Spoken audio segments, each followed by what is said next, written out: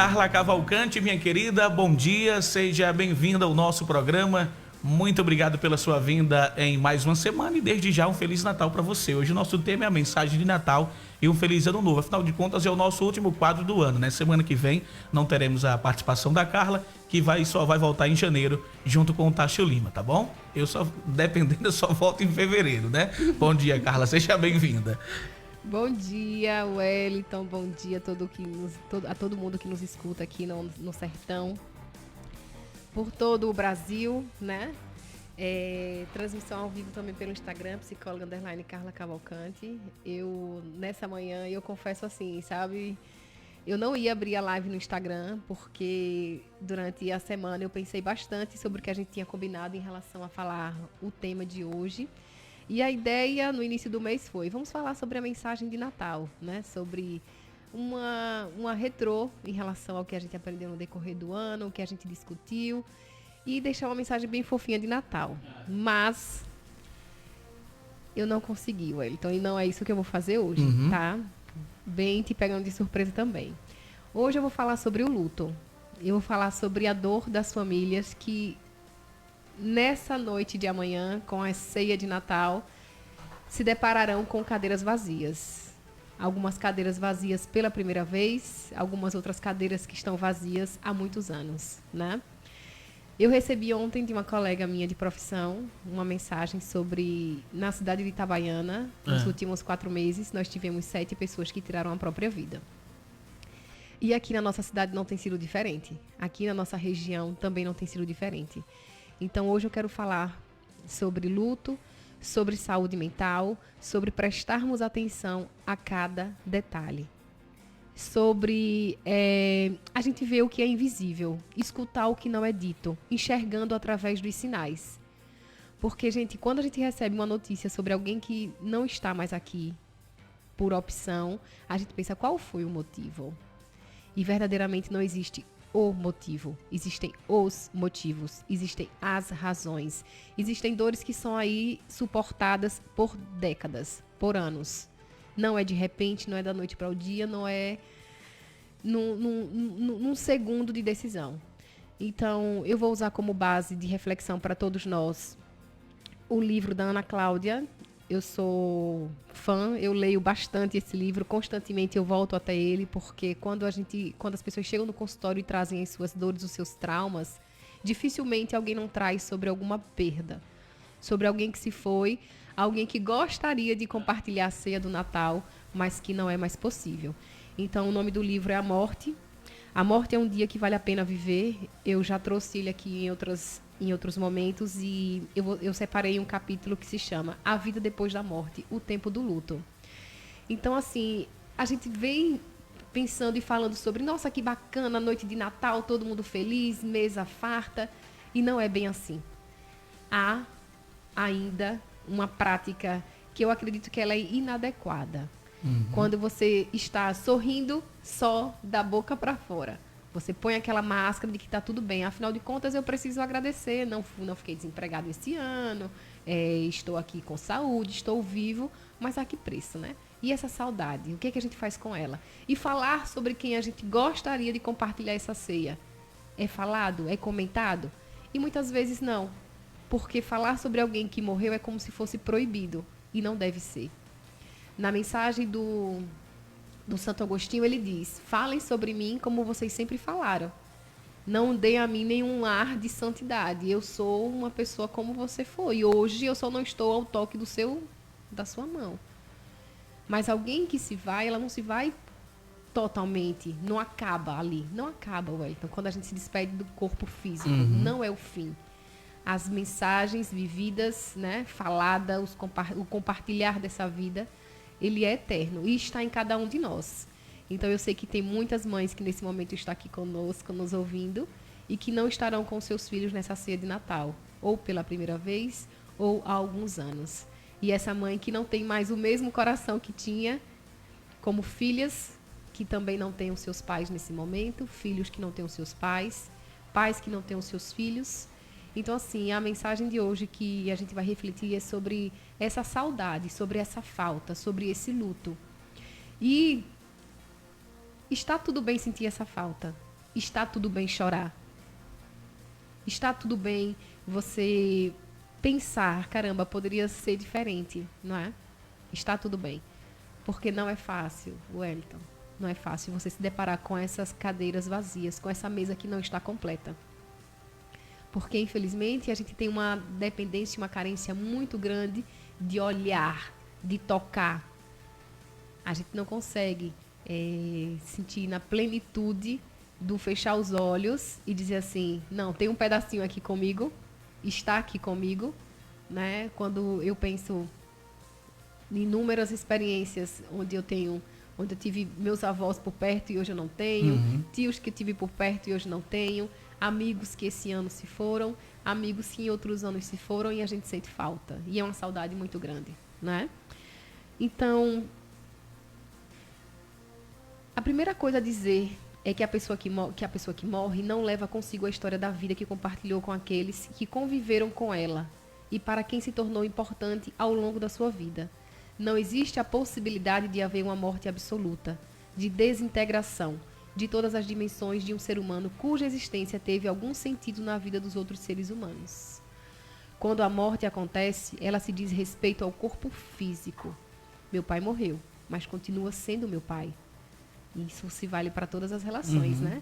O meu filho morreu, mas ele continua sendo meu filho, para a eternidade. Tudo que me ensinou, tudo que eu disse, tudo que vivemos juntos, ele continua vivo em mim. As duas únicas verdades com que preciso aprender a lidar a partir da morte dele ou dela são estas. Primeiro, ele ou ela se tornou invisível. Segundo, que não teremos um futuro compartilhado na mesma relação.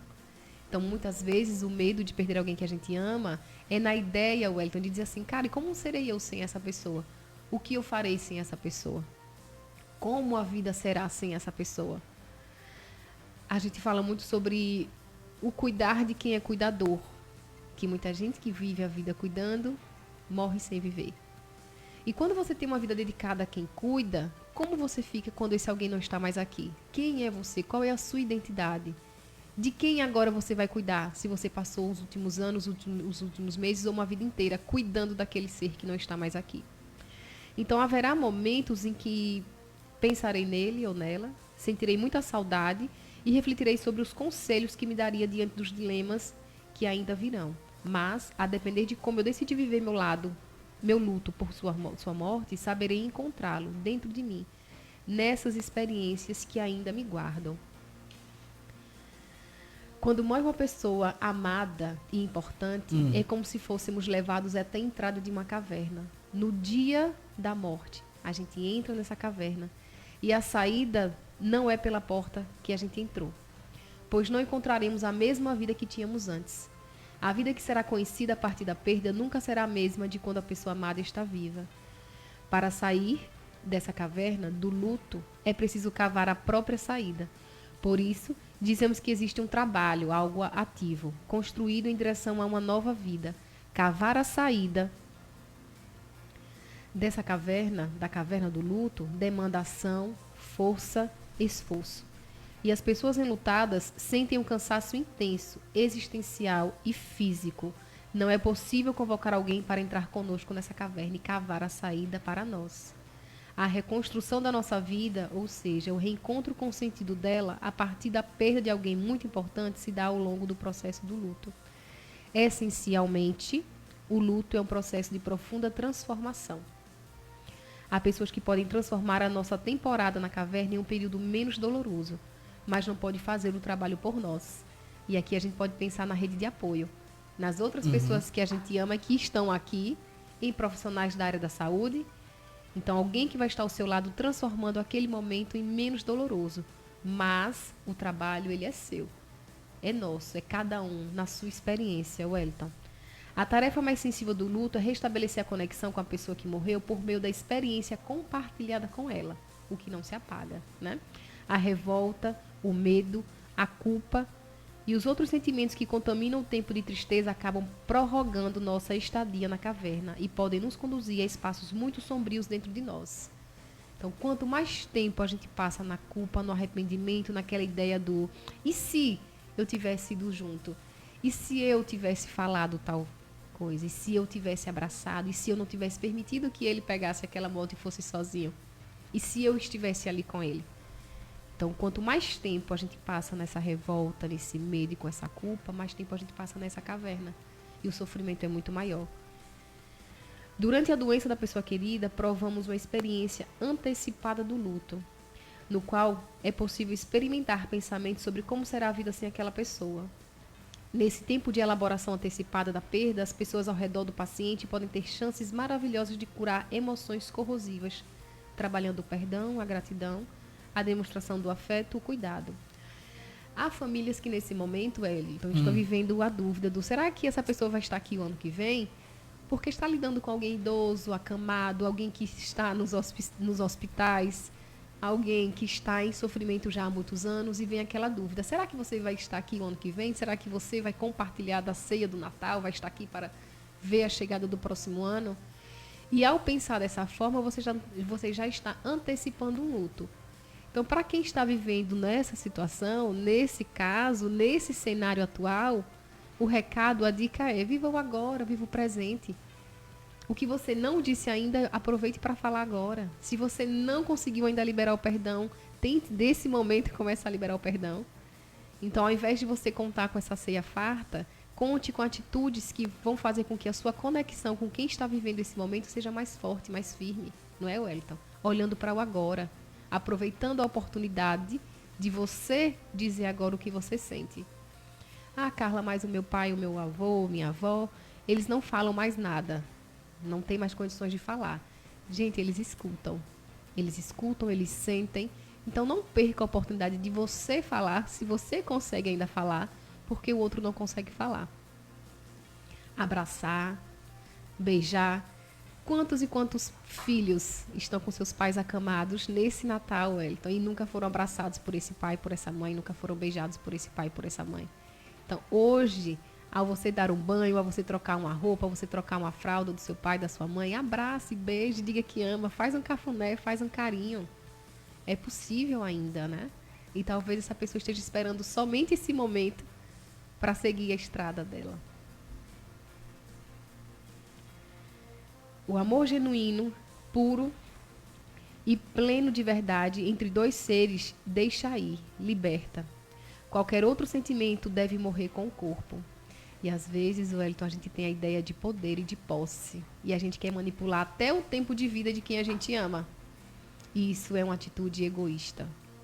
E muitas vezes a gente não quer que o outro vá, não porque a gente está pensando no melhor para ele, para ela, mas porque a gente está pensando em nós. Deixa eu ver aqui a internet. Porque nós estamos pensando em nós e não pensando no outro que precisa desse adeus, né? Dessa libertação da dor.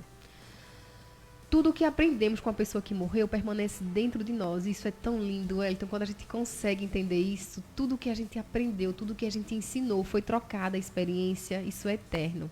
No tempo de luto, se nos dedicarmos à cura da dor pela perda, conseguiremos avaliar com clareza tudo o que foi vivido e tudo o que aquela relação trouxe de positivo à nossa vida.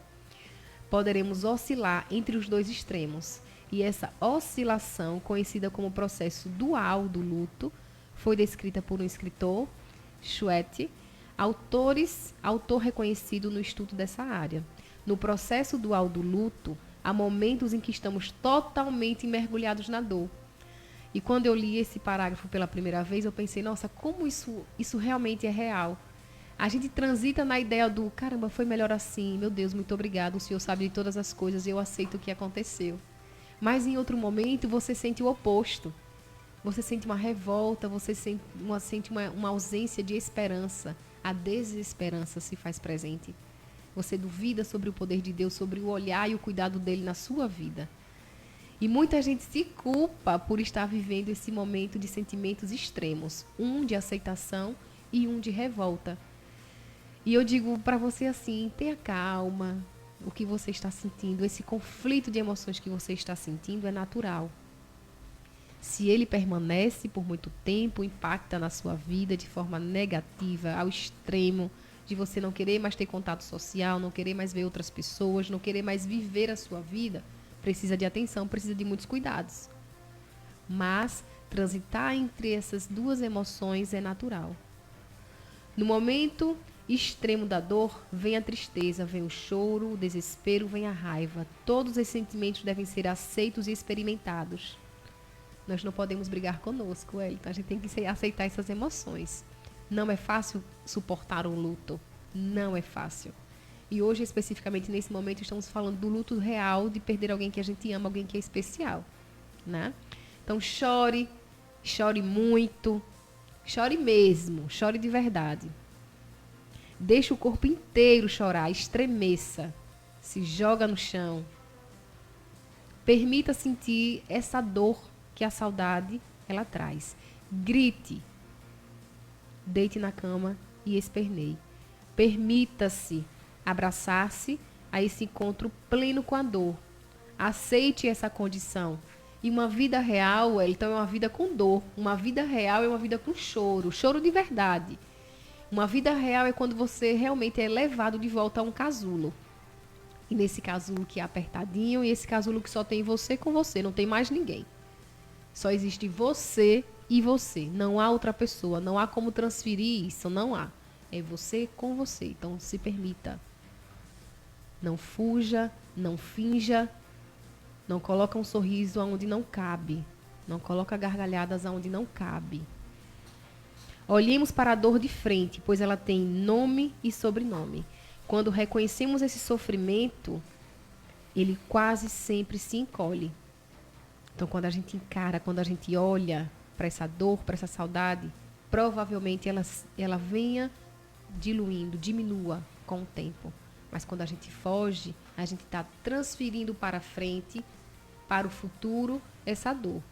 Então, quando a gente joga isso para a dor, Wellington, a gente vê aí um aumento de ansiedade extremo. Porque você vai se projetar no futuro em sofrimento. Com a ideia de que você não tem inteligência emocional o suficiente para suportar. Então, ali você meio que crava o seu destino. Eu sofrerei para sempre. Não serei a mesma para sempre. Eu sofrerei para sempre. E não é bem assim. Então, hoje, sofre hoje, chora agora, se esperneia agora, lamenta agora. Lida de frente, encara essa dor. E ela será reduzida. Não existe nada de errado em ficar triste, pois a tristeza é uma experiência necessária para todo o processo de luto saudável. Apesar de vivermos sob uma falsa impressão de que temos a obrigação de estar sempre sorrindo e felizes, não é proibido ficar triste. Se as pessoas à nossa volta nos cobram demais a superação, entendamos que elas sofrem por nos ver sofrer. Entende, Wellington? Uhum. Então, nem sempre quem não quer ver você sofrer não está fazendo isso porque está contando que você deve estar feliz. Mas é porque ela não sabe lidar com o sofrimento que é não te ver feliz. Então, é muito mais sobre o outro, com ele, com ela, do que sobre você. Encarar isso não é fácil. Porque você pensa, não vou sofrer porque fulano de tal está sofrendo porque eu estou sofrendo. Não, isso é mentira. O outro está sofrendo, o outro não quer sofrer ao ver você sofrer. Não é sobre você, é sobre ele. E tá tudo bem isso, viu? E tá tudo bem assim. E é pra ser assim, porque cada um cuida de si. Eu cuido de mim e você cuida de você. Logo, está todo mundo bem. Porque quando eu deixo de cuidar de mim, Wellington, para cuidar de você, alguém está perdendo. Verdade. E alguém está perdendo nessa relação fará com que algo ruim entre nós aconteça. E aí pode ser que comece as dependências, as codependências emocionais. Uhum. E aí a gente começa a cobrar um do outro e começa-se assim uma relação tóxica. Então eu cuido de mim, você cuida de você. Se permanecermos juntos, tá tudo bem, tá tudo maravilhoso. Mas se não, tá ótimo, porque eu vou estar bem, você também vai estar bem. Na prática não é tão fácil, mas a gente precisa abrir a nossa mente e começar a pensar dessa forma, não é? Então, já que não sabem estar ao lado do outro durante essa fase, as pessoas evitam o sofrimento. Estar de frente com o sofrimento do outro. Eu não sei lidar com um amigo que perdeu alguém que ama. Tanto que muitas vezes as pessoas me procuram, Carla, o que é que diz uma hora dessa? Eu não sei o que é que se fala numa hora dessa. E eu digo, não fale nada, abrace. Abrace, acolha, Mas comece a encarar, não evite. E há tantas pessoas que quando alguém que se ama está em sofrimento, evita estar perto, evita visitar, evita conhecer. Porque é muito mais, entre aspas, fácil lidar com as pessoas que estão felizes, né? E não é assim. A maioria das pessoas não sabe lidar com a tristeza de quem está perdendo uma pessoa importante e muito menos lidar com o sofrimento de quem acabou de perder alguém. Querem que o enlutado vá ao médico e logo comece a tomar antidepressivos. Querem abreviar o tempo da dor, mas o uso indevido de medicação antidepressiva ou de calmantes no período de luto pode levar o enlutado a uma anestesia emocional de repercussões devastadoras. Tais substâncias evitam o sentimento de dor, mas também vedam a capacidade de sentir alegria. Tristeza não é depressão. Eu vou repetir de novo. Tristeza não é depressão. Tristeza é uma das emoções que compõem a nossa experiência como seres humanos. Nesse tempo de extremos, quando a vida nos empurra ao encontro da normalidade do cotidiano, podem acontecer momentos de alegria e satisfação, sim. Uma conquista de outro familiar ou de outra pessoa amada e o enlutado volta a sorrir. Então é uma recuperação de si e da vida, Wellington, diária, constante. Durante o processo do luto, sim, coisas boas também acontecem. Então hoje,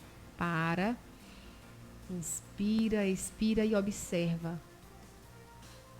Tem algo bom acontecendo com alguém que você também ama.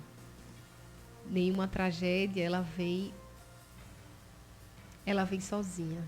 Ela sempre está acompanhada. E geralmente ela vem acompanhada por coisas boas e a gente precisa ter essa inteligência emocional de enxergá-las, não é? Então, minha contribuição para esse dia de hoje, Wellington, é essa. Desejo, assim, muito de coração que as famílias que estão encerrando o ano com cadeiras vazias de quem amam sejam, assim, muito acolhidas por essa força, por essa energia. Eu vejo que é um momento, assim, que a cada um que esteja, né, amanhã na ceia, em oração, em agradecimento pelas suas conquistas, eu desejo, assim, que no momento das suas orações você também possa colocar outras pessoas que você conhece nas suas orações que estejam precisando de apoio emocional. Que essas pessoas não percam a fé, a esperança. Temos aí 2020 e 2023 um desafio muito grande. Teremos mudanças gigantescas na nossa administração, né, do nosso país.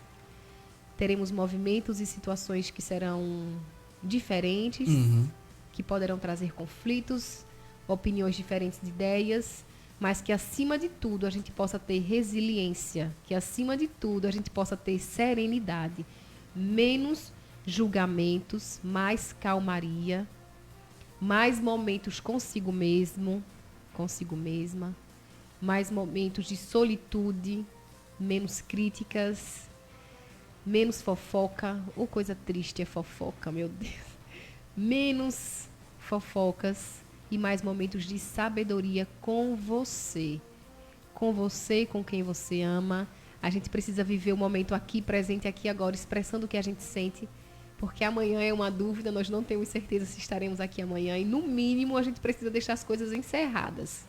Tudo em dias. Verdade. E eu não estou falando de dívidas, não, tá? Eu estou falando de sentimento, de provas de amor. Estou falando sobre isso, tá? É isso, Wellington. Muito obrigada. Carla, minha querida, muito obrigado pela sua participação no nosso programa, pela sua participação em mais um ano aqui conosco, né? A gente combinava de finalizar hoje a participação da Carla. Carla que só volta agora na primeira sexta-feira de janeiro. O Tati vai estar por aqui, eu vou estar em férias.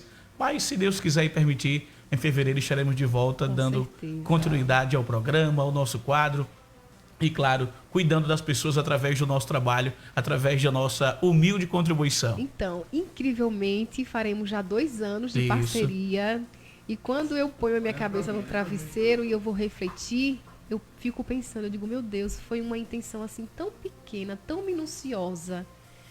E nós estamos aí há 2 anos construindo, tentando, né, levar reflexões de saúde mental para o povo do sertão, para quem nos acompanha, para quem cuida de nós, para quem muitas vezes, né, mexendo na terra ou não, pensa no sertanejo com respeito, com carinho. Então, assim, esses momentos da sexta-feira é um presente para você, da Rádio Delmiro FM 89.9, e um presente meu, de que eu, assim, preparo com muito carinho, com muito amor.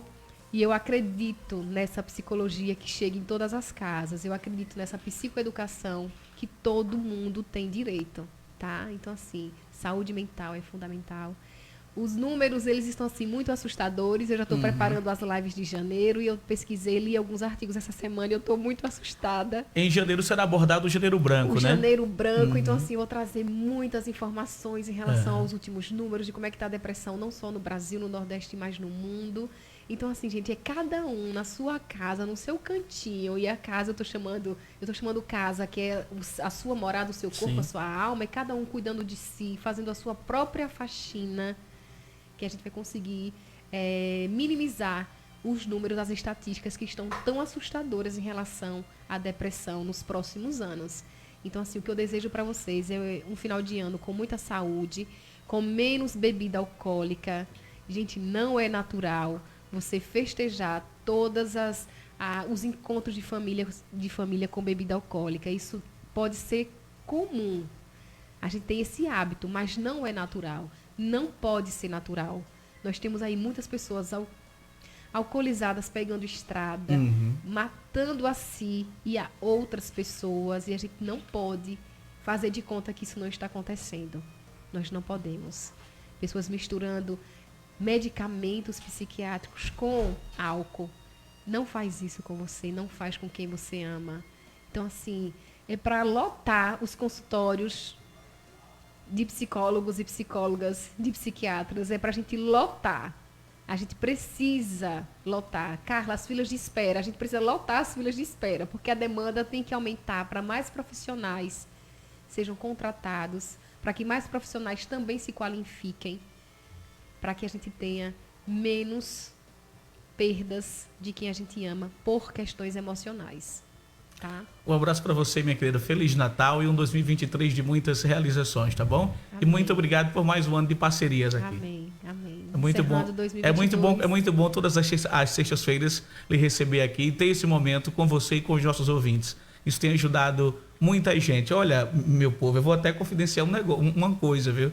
Ajuda você que está ouvindo e ajuda a gente aqui também que está conversando diretamente com a Carla. Isso é muito bom, tá? Isso é muito bom, né, Carla? Não é verdade? É, sim. Nos bastidores sempre rola assim, um aconselhamento, sempre rola um bate-papo, uma conversa. Puxãozinho de orelha, né? Epa! Isso mesmo. Um abraço para você, um abraço ao seu Carlos, à dona Cícera lá. E até 2023. João Carlos e Maria Júlia que estão aqui. Estão passando férias. Estão passando vieram férias, passar né? as férias aqui no sertão, são apaixonados pelo sertão. E eu acho isso muito importante, porque a gente precisa passar, né, para os nossos filhos que a terra é boa, que o sertão é bom. Shopping center, né? Cinema. Então, assim, os meninos que frequentam aqui há muitos anos, e Nana, agora tem cinema. E a gente veio pro cinema e todo mundo se divertindo na praça de alimentação, comendo comida boa. Não só as nossas belezas naturais, mas também o nosso shopping da vila aí para nos receber. Verdade. A Cádia e o Caio estão comentando aqui na live, estão desejando, o Caio diz por mais anos juntos, e a Cádia escreveu aqui um Feliz Natal a todos. A Patrícia irmãos. Brasil também escreveu aqui mais um ano juntos, obrigado. A Juliane também colocou aqui, obrigado pela reflexão, Feliz Natal para todos. Feliz Natal. Né? Muita gente interagindo aqui como sempre, a gente só tem que agradecer. Né? Que Deus abraço muito apertado, muito fraterno para vocês, gente. Feliz Natal, meu povo. A Carla finaliza e eu volto daqui a pouco com as últimas informações aqui no nosso programa. Que 2023 venha com muita paz e muitas realizações. Mas daqui a pouco a gente se despede aqui do nosso programa, finalizando agora o nosso Saúde Mental para Todos.